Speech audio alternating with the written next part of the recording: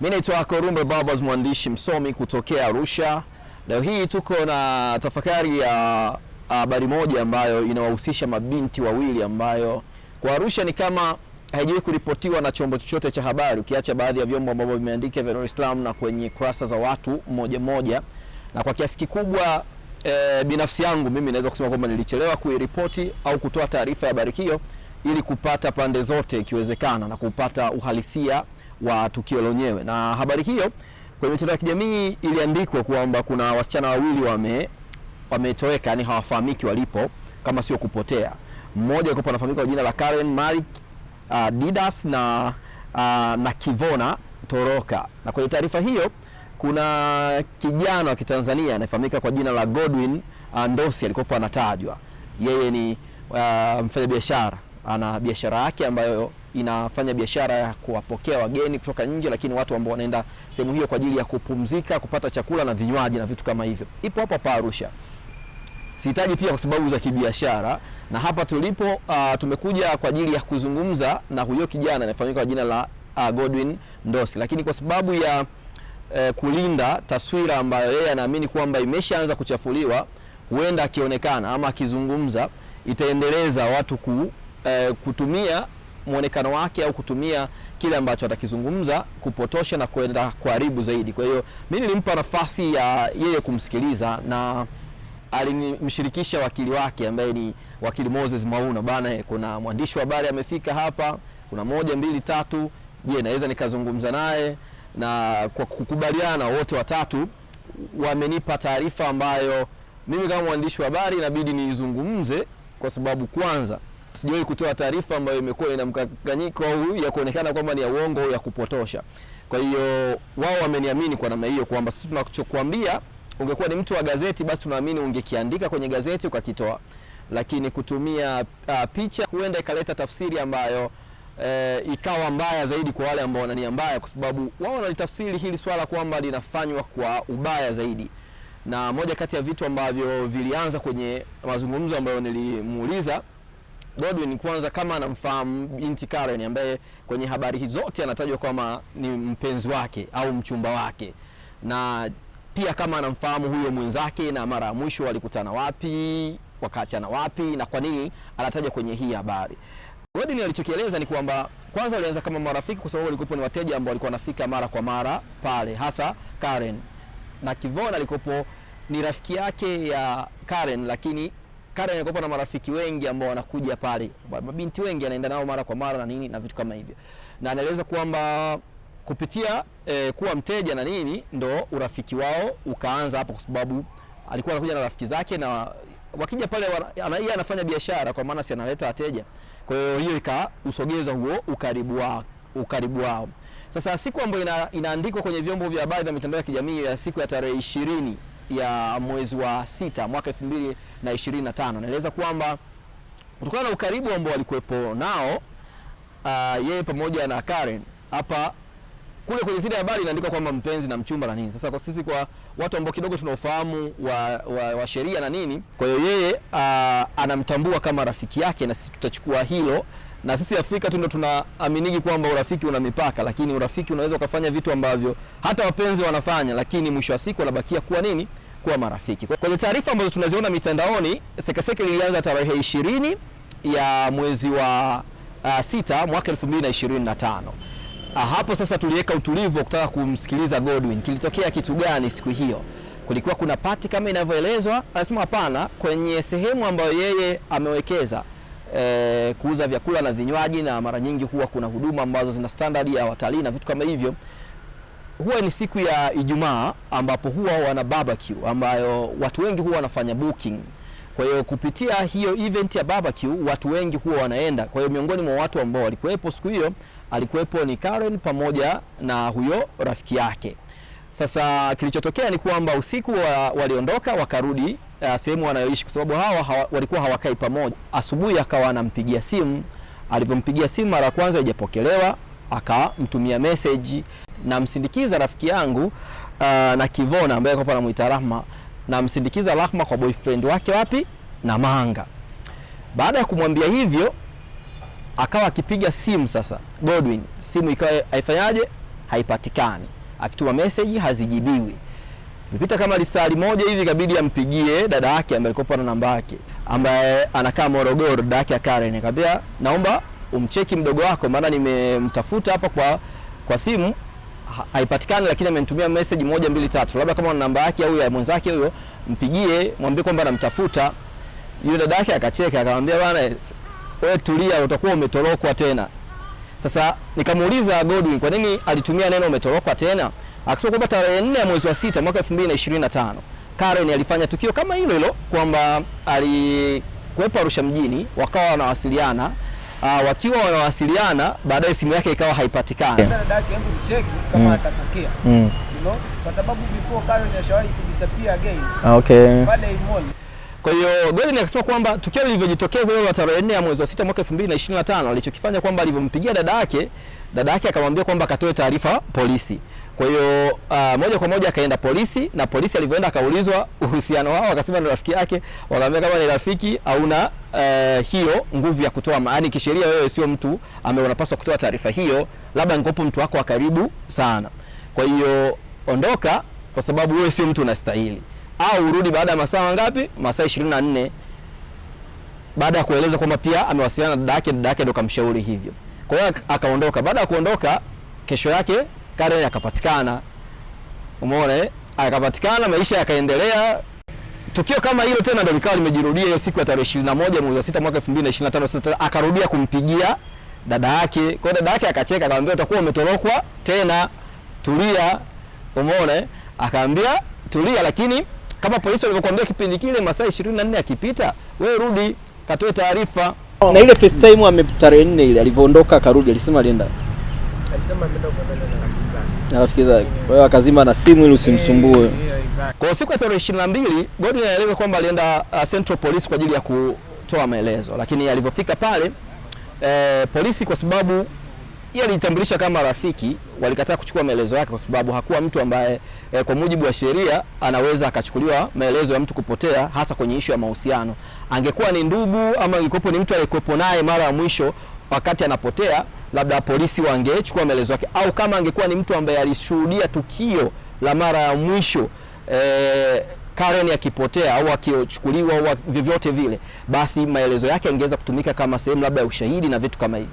Kwa polisi hawakuchukua maelezo yake siku ya kwanza, nadai kwamba alienda mara nyingi, na Godwin anaeleza kwamba hakuchoka. Kila wakati alivyokuwa akienda anakutana na askari tofauti na wote hawachukui maelezo yake, sio kwa sababu hawataki kuchukua, lakini wakipima uzito wa taarifa anayoitoa na wakimuuliza pia lilishawahi kujitokeza hili, ndio lilishajitokeza tarehe 4 ya mwezi wa 6 2025, ikawaje? Akarudi baada ya siku kadhaa, vyovyote vile, lakini hawakuichukulia kwa uzito huo, kwa sababu tayari huyu binti aliwahi kuondoka na akarudi.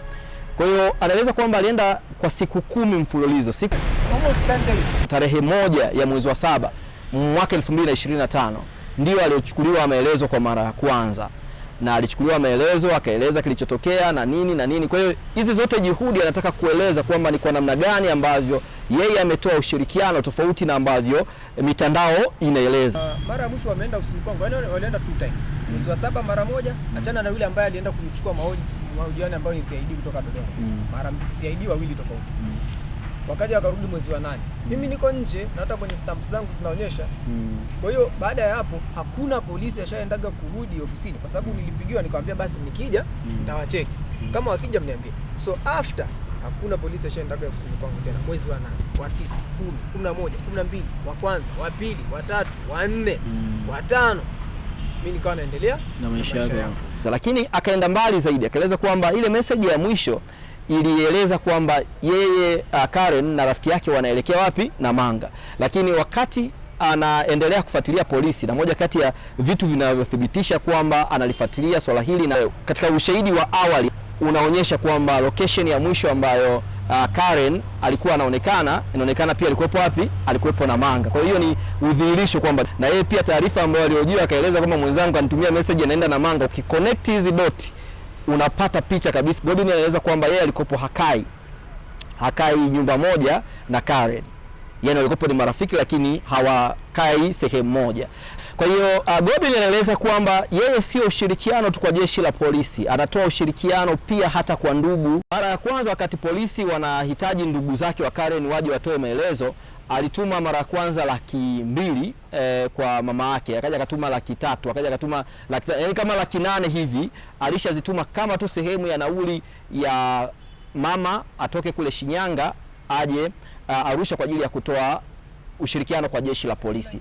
Almost zaidi ya 800,000. Okay. Alisema hawezi kuja Arusha kwa sababu ni mjamzito. Anadai kwamba kila alipokopa akituma hiyo nauli, mama alikuwa anapiga simu kwamba ile hela ulionitumia haijatosha au kuna tatizo fulani limetokea na vitu kama hivyo. Tofauti na nauli, pia amekuwa sehemu ya kuwasiliana na familia hiyo kwenye changamoto zozote. A lot of comments, mpaka saa nyingine nakuta comments za watu ambao I know ni competitors, yani ni wafanya biashara wenzangu ambao unajua labda na washindani wana village vyao wana nini, so it's like people are happy kwamba okay this guy anaanguka wakati sina history yoyote ya uharibifu au ya criminal life. Kama kuna hiyo history basi I would love kwa mtu kuja forward siku moja aseme basi hivi na hivi. Na wengi wao wanaofanya hivyo ni marafiki zake pia na dada yake. Hii pressure iliyowekwa mtandaoni sasa hivi, kuna polisi wamekuharass kwa namna yote? Yes, wameharass wateja wangu, wafanyakazi wangu. Wamemwarrest manager wa ofisi yangu, wakipressure kwamba niende.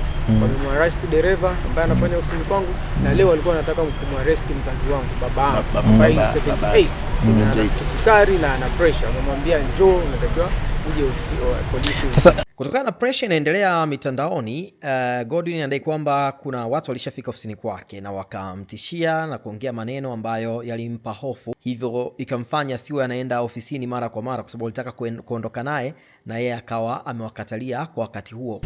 Mimi ilifikia nikaanza sasa kutishiwa. Nakumbuka tarehe moja usiku alikuja mtu anasema ni CID, akanihoji, nikamwasikia kwenye simu anasema kwamba fanya hivi na hivi.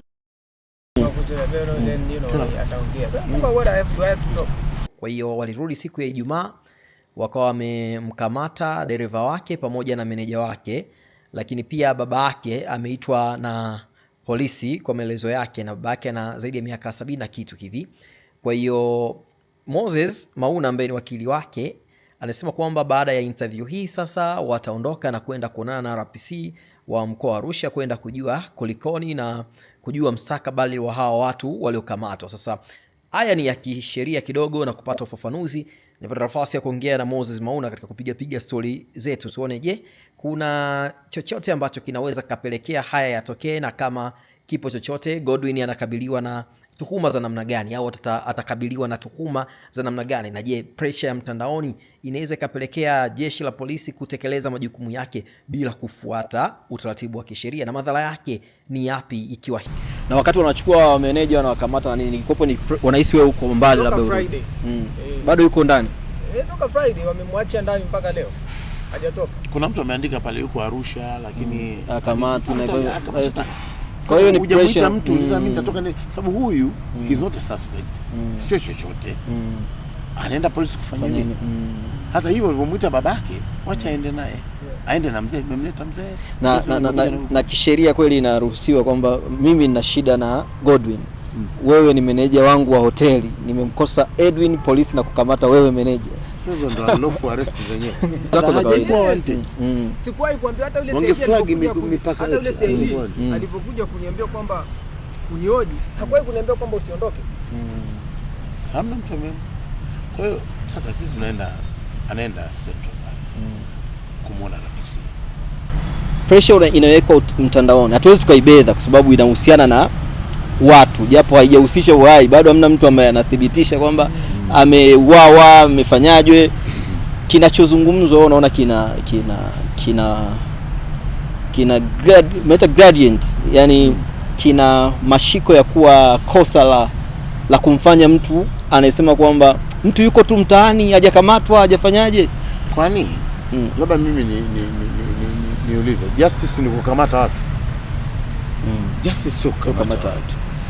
Justice ni kuchunguza na kuwaleta wanaohusika mbele ya vyombo vya sheria.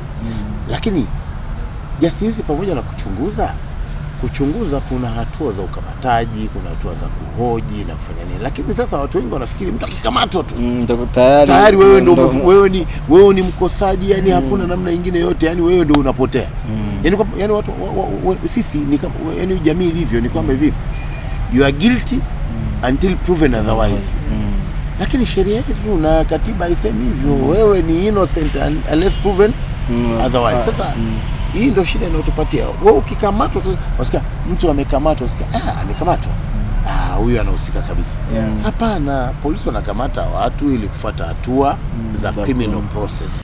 Hadi tunatoa taarifa hii tumejaribu kumtafuta kamanda wa polisi kwa njia ya simu, lakini simu yake imeita tu mara kadhaa bila kupokelewa. Kitengo cha habari cha jeshi la polisi mkoa wa Arusha pia tumejaribu kuwatafuta na wakaeleza kwamba itaandaliwa taarifa rasmi ambayo itatoka kuhusiana na tukio lote kwa ujumla. Na Godwin sasa akienda kuripoti polisi, pia tutaendelea kufuatilia ni kitu gani ambacho kitajiri na mwendelezo wa hii taarifa mwanzo mwisho.